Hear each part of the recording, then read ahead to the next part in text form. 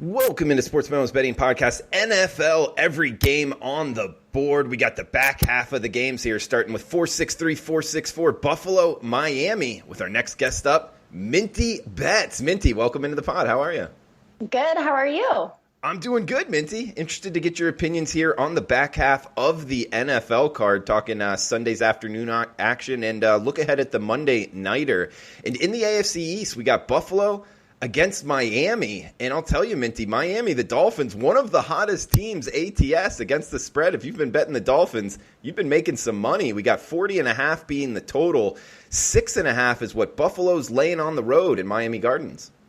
Yeah, so, oh my gosh, last week the Bills were such a pain to watch, but I kept watching them. All four quarters, that was the only game I watched. My eyes were glued to the TV. It seemed like their defense really only came through when the Browns attempted to score that touchdown at the Bills' 1-yard line and failed to convert 8 times. Buffalo's offense was weak. Josh Allen was super inaccurate, completing a little over 53% of his throws for 0 touchdowns. So I'm hoping the Bills step it up this week in terms of ground game. The Dolphins are allowing an average of 146 rushing yards per game, which is 30th in the league. That's where Devin Singletary and Frank Gore come in. They can run up and down that field and win this game, but I'm not counting the Dolphins out because I certainly don't think they're amazing, but all of a sudden these two teams met up a couple weeks ago, and the Dolphins were ahead of the Bills up until the fourth quarter. So Miami's last 2 games, they held the Jets and the Colts to a combined average of 15 points. Their only demise is turnovers. They have the third most in the league, actually. So if they can control that, then I believe in Fitzmagic. And I think he'll cover the 6.5 points because I think 6.5 is a little too much for the Bills. I don't know if I would lay it with them, and I really don't like this game, so it's a no play for me, but I'm kind of leading the Dolphins. Yeah, Minty, I'm not looking to lay near a touchdown here with the Buffalo offense, and you bring up Fitzpatrick. Making magic happen on the offense, so I'm with you. I lean with the Dolphins, plus near a touchdown here in Hard Rock. Next game up, we got 465, 466, Houston at Baltimore. Looks like the Ravens -4 at home, 51.5 the total, Minty. Yes. So, Drew, I know you like the Texans +4 or 4 in the hook, wherever you're looking. I'm kind of leaning that too. The Texans are 4-1 against the spread in their last 5 road games. They're averaging 396 yards per game. And in my opinion, Deshaun Watson is just a little bit more consistent than Lamar Jackson. It's a little difficult because I like both teams a lot. So I'm not trying to overreact to the Ravens blowing out Cincinnati and giving the Patriots their first loss of the season. Woo!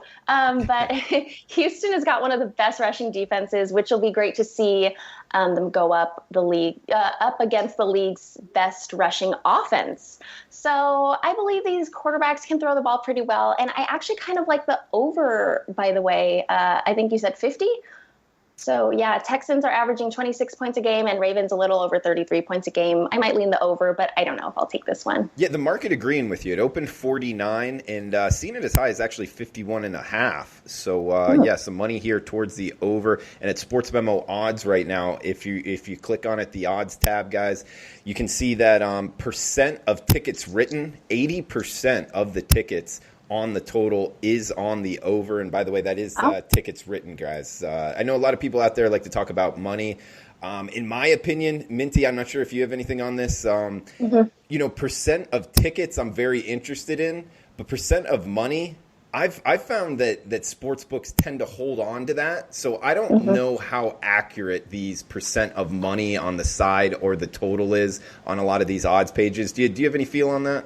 No, not at all, really. Okay. It's just something I'd like to throw out there because I know a lot of people kind of talking about sports betting in the media say, like, go percent of tickets and percent of money. And whenever percent of money is talked about, I'm like, in my dealings with the sports books, they tend to hold on to that type of. That's what I've heard, too. So, yeah, no opinion, but that's interesting. Minty, next game up, we got 467, 468, Arizona at San Francisco. We're seeing the 49ers -10. There is a 10 in the hook out there. 45 being the total in this one, Minty. Wow, 10. I got it at 11 and a half. Okay, this will be the second time in 3 weeks these two teams are meeting, and I'm expecting the Cardinals to make the Niners sweat again. The San Francisco 49ers are a little banged up. Ronald Blair placed on IR. Matt Breida aggravated his ankle. Joe Staley fractured his finger. Emmanuel Sanders is on a day-to-day basis with his ribs, and George Kittle is still likely out. These guys will have an impact on their performance. Cliff Kingsbury has got his team to improve within each game, even if it hasn't resulted in a win. The Cardinals being 3-1 against the spread their last 4 road games is good enough for me as the better, because the Niners are 0-4 against the spread in this rivalry. I got the Cardinals at plus 11 and a half. I see now a lot of people have got that as well, and now it's down to 10, you said? Minty, you're beating markets out here. That's a good sign. Yeah, so I like the Cardinals. I think, I don't know, double digits. Maybe I just am scared from a couple weeks ago when they played against each other and I took the Niners. So I like the Cardinals here. All right, good stuff, Minty. Yeah, it opened up 13.5. Minty jumped on 11.5. Now it's all the way down to 10. So moving the market lower. So good number there for you, Minty. Next game up, talking about the Pats earlier, New England on the road at Philadelphia. We got the Eagles catching 3 in the hook at home. 45 the total here, Minty. Okay, so Super Bowl 52 matchup. These two teams are coming off a bye, and historically, both these teams do well after a week's worth of rest. Since 2003, Philly is 15-4 off a bye, but the Patriots are 24-4 off a bye. The Eagles have had a really slow start this season, but they're getting back on track. Their run game is strong, even though their passing game isn't that explosive. The Pats have only allowed over 14 points just once this entire season, and that was against the Ravens. So it'll be interesting to see this great Eagles offense with a great Patriots defense. I know a couple weeks ago I picked the Pats over the Ravens, and the spread was also around 3 in the hook. And I said I didn't want to bet against Belichick and Brady, and ended up being wrong. But again, I can't bet against Belichick and Brady. I mean, they can't lose twice in a row. I don't know. I'm not betting this game. I do like the under, though. The Eagles have hit the under 6 of their last 10 home games, and the Patriots 8 out of 10 away games hit the under. All right, Minty, we got next game up, Cincinnati at Oakland Raiders. Heavy favorites here, laying doubles at home, 10.5 I'm seeing at most shops. 48.5 or 49 being the total here, Minty. Right. I'm not expecting a lot from the Bengals. Everyone keeps saying that Miami is the worst team, but the Bengals haven't won a single game. Ryan Finley clearly didn't look ready to take Andy Dalton's spot, but I'm hearing that A.J. Green might return for the Bengals, so that could be a great weapon against the Raiders. The Raiders have really improved since being back home, and I see them continuing their win streak. Josh Jacobs has been a terrific addition to the team. He's recorded 811 rushing yards and 7 touchdowns, so that's pretty impressive. They're going up against one of the worst run defenses, I should say. But this is a really big number that the Raiders are favored by. I don't like betting double digits, and I'm certainly not going to bet this game. The Bengals have only lost by 10 or more points in only half the games this season. Meanwhile, Oakland has yet to beat an opponent by more than 8 points. So who knows? This could be their first double-digit win, but I'm not taking any chances. I like the Raiders to win, but I don't love them to win by more than 10. All right, a little too steep of a price for Minty there, 10 in the hook with the Raiders at home. We got the Sunday Nighter and the Monday Nighter up next, guys, and we got a special coupon code for this podcast, Minty20. That's Minty 20. We'll take $20 off of anything at sportsmemo.com just using the coupon code Minty20 at checkout for any play, any package on the board at sportsmemo.com. $20 off the retail price. Check out the website ASAP. We got 473-474 Sunday Nighter here, Minty. Chicago at the LA Rams. This is a good matchup on Sunday night. We got the Rams -6 or -6.5 at home. 40 being the total here, Minty. Okay, so the Bears, they really only won last week because Matthew Stafford was out and the Lions defense is just playing really bad. Because we know that Mitch Trubisky isn't really a great quarterback. He's only averaging 139 passing yards per game. And although he doesn't have a whole lot of interceptions, he doesn't have a whole lot of touchdowns either. The Rams are no longer fun to watch. They were super embarrassing against Pittsburgh last week with all the turnovers, only one successful third down conversion, sacks, and they only reached the red zone once. Side note, I have Cooper Kupp in my fantasy league, and he didn't have a single catch. So I am very angry.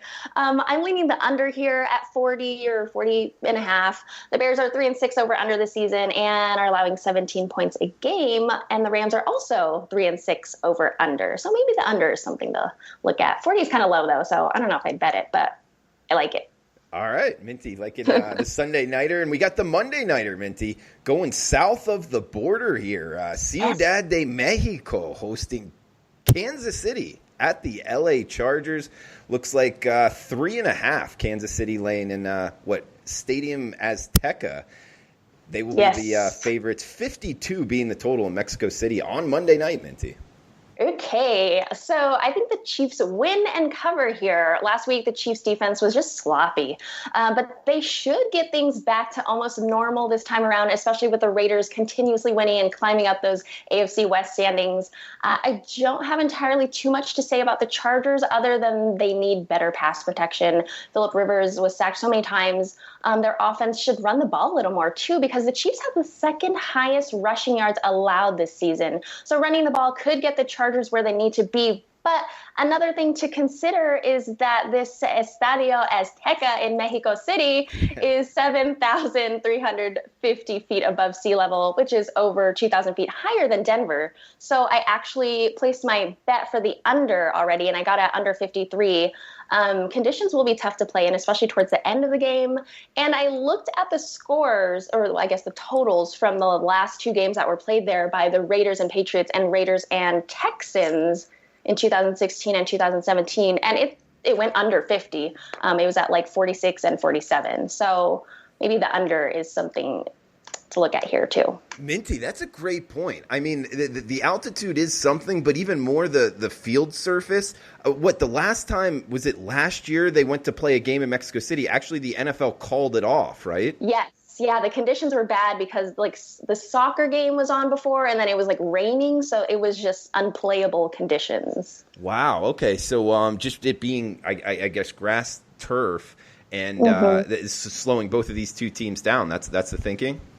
Yeah, I think so. All right. Well, we got 52 and a half is even a number out there if you shop around. So looking towards the under, I think you're onto something there, Minty, on the Monday Nighter down in Mexico. Guys, coupon code Minty20, that's Minty20 at sportsmemo.com, takes $20 off anything on the website. So check it out, sportsmemo.com, coupon code Minty20. Follow her on Twitter at MintyBets. That's her name with the word bets at the end of it. And Minty, anything else you want to throw out there to the watchers before we shut this down?